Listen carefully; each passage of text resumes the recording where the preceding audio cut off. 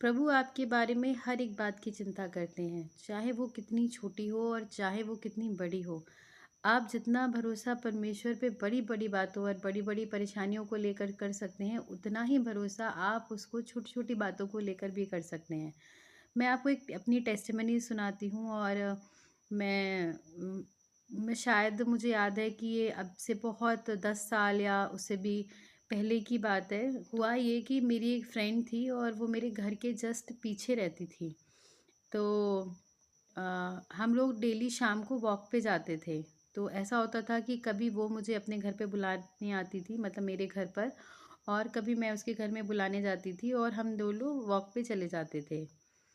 और कुछ टाइम ऐसा हुआ कि मुझे ही उसके घर जाना पड़ा, वो नहीं आ पाती थी, तो मुझे लगता था चलो मैं जाके उसको बुला लेती हूँ और हम वॉक पे चले जाते हैं। तो एक दिन जब मैं उसके घर गई तो मुझे ये चीज़ लगा कि उसकी जो मदर है उनका बिहेवियर थोड़ा-सा चेंज है। तो वो मुझसे वैसे बहुत प्यार से और बहुत अच्छे से मिलती थी, बट उस दिन उन्होंने मुझसे ठीक से बात नहीं की। तो मैं गई उसके घर और हम दोनों वॉक पर गए, और जब मैं घर वापस आई तो ये बात मेरे मन में कहीं न कहीं रह गई कि मतलब ऐसा क्या हुआ कि आज आंटी जो थीं उनका बिहेवियर थोड़ा-सा चेंज मुझे लगा। तो क्या हुआ, मैं आई एज़ यूजुअल, मेरी आदत थी कि जब भी मुझे कुछ समझ नहीं आता था तो मैं अपनी बाइबल खोलती थी और प्रभु से पूछने की कोशिश करती थी कि प्रभु ऐसा क्यों हुआ? तो मैंने उस दिन भी अपनी बाइबल खोली और प्रभु से पूछा कि प्रभु ऐसा क्यों हुआ? और फिर प्रभु ने मुझसे अपने वचन के द्वारा बात की और कहा कि अपने पड़ोसी के घर बारंबार जाने से अपने पाँव को रोक, ऐसा ना हो उसे तुझसे खिन्न होकर घृणा करने लगे। तो वो इमीडिएट डे था और मैंने मतलब नेक्स्ट डे से ही अपनी फ्रेंड के घर जाना बिल्कुल बंद कर दिया। कभी-कभी हम मिलते थे, रेयरली।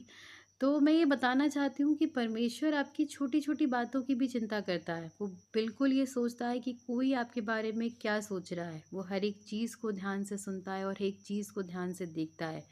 आपसे जुड़ी हुई हर एक छोटी बात उसके लिए महत्वपूर्ण है, क्योंकि आप उसके लिए बहुत महत्वपूर्ण हैं। वो आपसे, मुझसे बहुत प्यार करता है और वो नहीं चाहता है कि हम ऐसा कोई काम करें जिससे हम किसी प्रॉब्लम में आएँ। तो अगर आप चाहते हैं कि आप परमेश्वर की शांति में, उसके आनंद में जी पाएँ, तो सबसे पहले अपनी छोटी-छोटी बातों को उसको सरेंडर कर दीजिए। अपनी बड़ी-बड़ी प्रॉब्लम्स को हम प्रभु के पास लाते हैं और कई बार हम अपनी छोटी-छोटी प्रॉब्लम्स को उसके पास लाना भूल जाते हैं।